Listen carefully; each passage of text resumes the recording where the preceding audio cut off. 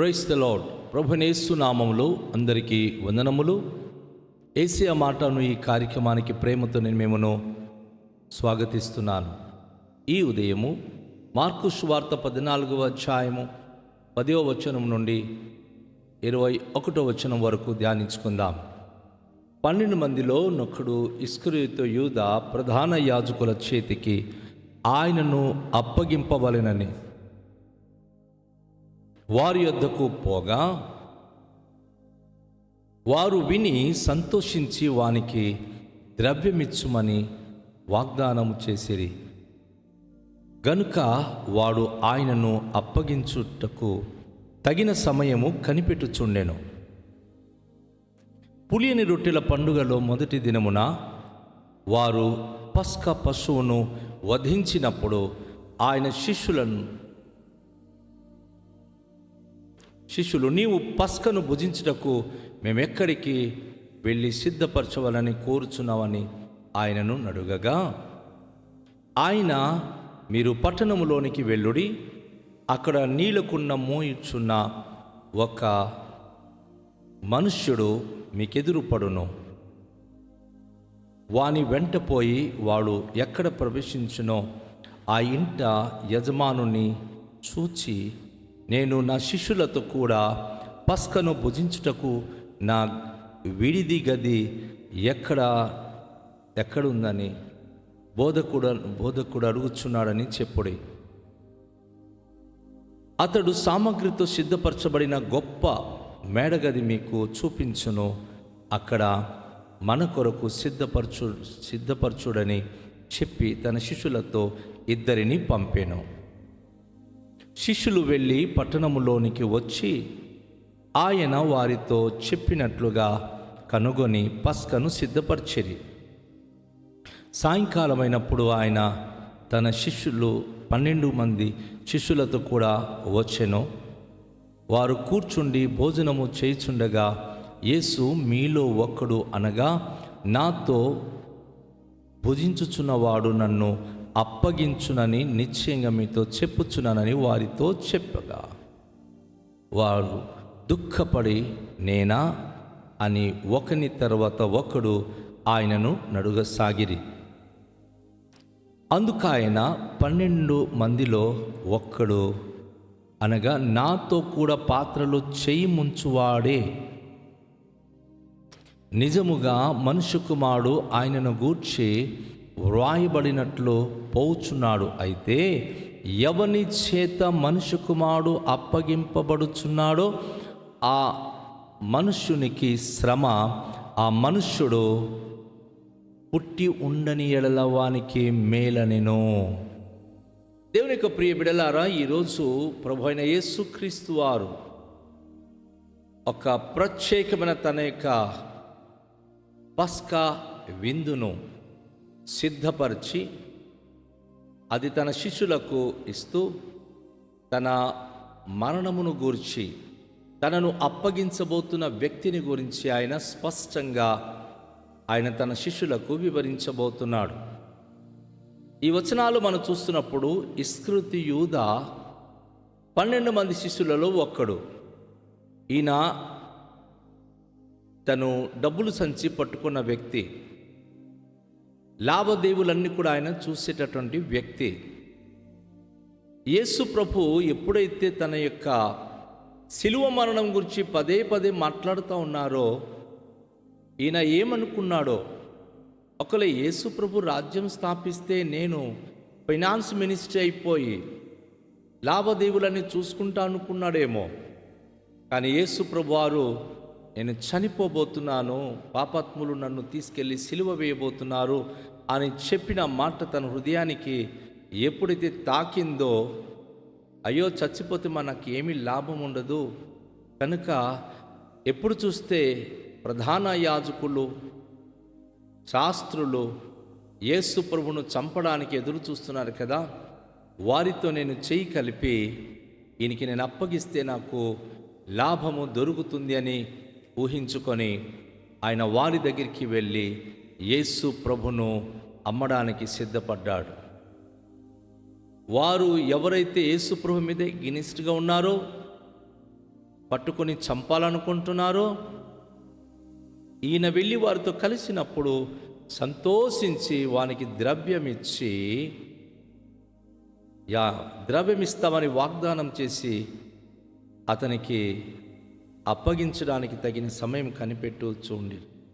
వారు ఎలా అయినా అతను మాకు కావాలి, నువ్వు మాకు అప్పగిస్తే మేము నీకు డబ్బులు ఇస్తామని చెప్పి వారిలో బేరం కుదిరింది. ఆ సమయం కొరకు వారు కనిపెడుతూ చూస్తున్నారు. ఈరోజు కూడా చాలామంది క్రైస్తవులు క్రీస్తును అమ్మివేస్తున్నారు. లాభము నిమిత్తం అధికారుల కాళ్ళ దగ్గరికి వెళ్ళి పడుతున్నారు.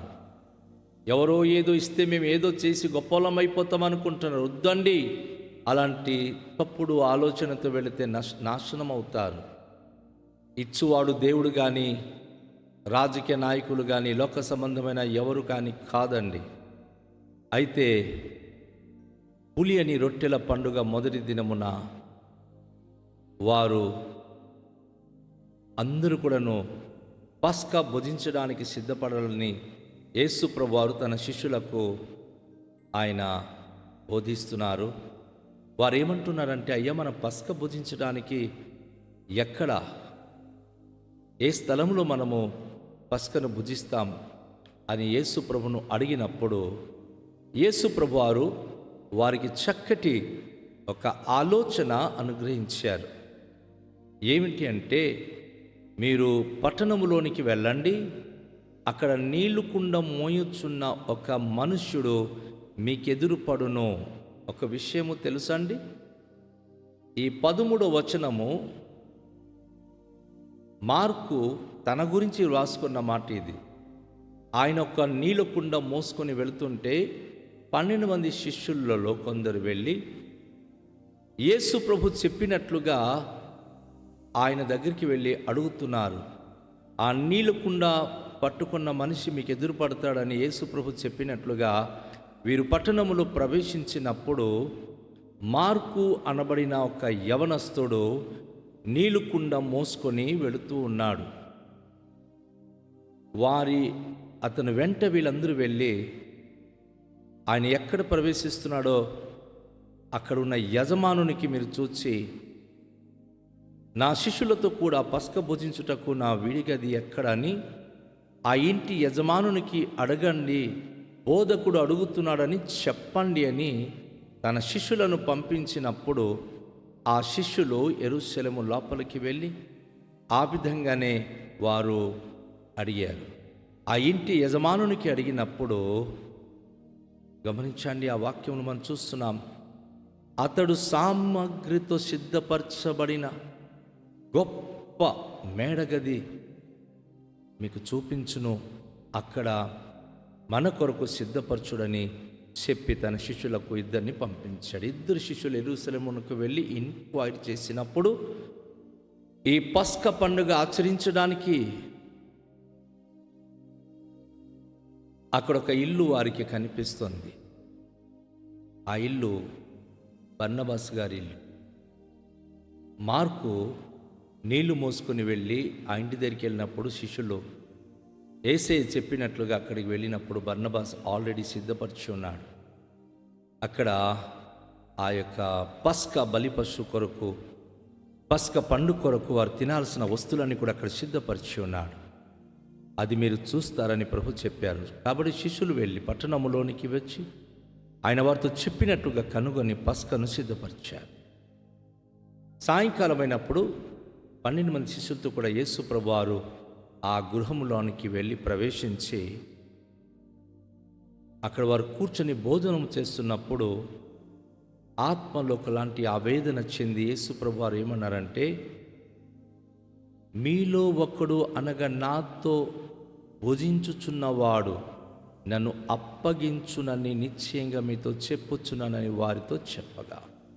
నా ప్రియ సోదరి, నా ప్రియ సహోదరుడా, చాలాసార్లు మనం ప్రేమిస్తాం, చాలాసార్లు అన్నీ మనం పెట్టుబడి పెడతాం, మనం ఎంతో నమ్ముతాం. కానీ మనతో కూర్చొని భోజనము చేస్తున్న వారే, మనము నమ్మి సమస్తం ఇచ్చిన వారే, మన దగ్గర తిన్నవారే ఒకరోజు మనకు అప్పగించి అనగా మనకు నష్టము కలిగించాలని పొంచి ఉంటారు. మన జీవితంలో నష్టము కలిగించాలని ఎదురు చూస్తూ ఉంటారు. నా సహోదరి సహోదరుడా, జాగ్రత్త పడవలెను. ప్రభు ఒక ఆనవాలు చెప్తున్నాడు, ఎవరైతే నాతో చెయ్యి ముంచుకొని రొట్టె తింటున్నాడో, ద్రాక్షరసములో రొట్టె ముంచి తింటాడో, వాడే నన్ను అప్పగించబోతున్నాడు. ఒకసారి మనం ఆ వచనాలు చూస్తున్నప్పుడు తను నన్ను అప్పగించబోతున్నాడు అన్న మాటకి శిష్యులందరూ నేనా నేనా నేనా అని చెప్పి ఒకరి తర్వాత ఒకరు అడుగుతూ ఉన్నారు యేసుప్రభుకు. అప్పుడు యేసుప్రభు వారు ఏమంటున్నారంటే, 12 మందిలో ఒక్కడు, అనగా నాతో కూడా పాత్రలో చేయి ముంచిన వాడే నన్ను అప్పగిస్తాడు అని చెప్పి ఒక ఆనవాలు చెప్పాడు. సోదరి సహోదరుడా, నీతో పాటు ప్రేమగా నీతో కూర్చొని భోంచేస్తున్న వాడే నీ ఆత్మీయ జీవితానికి పతనము చేసేవాడు. నమ్ముతున్నావా స్నేహితుడని? నమ్ముతున్నావా నీ బంధువు అని?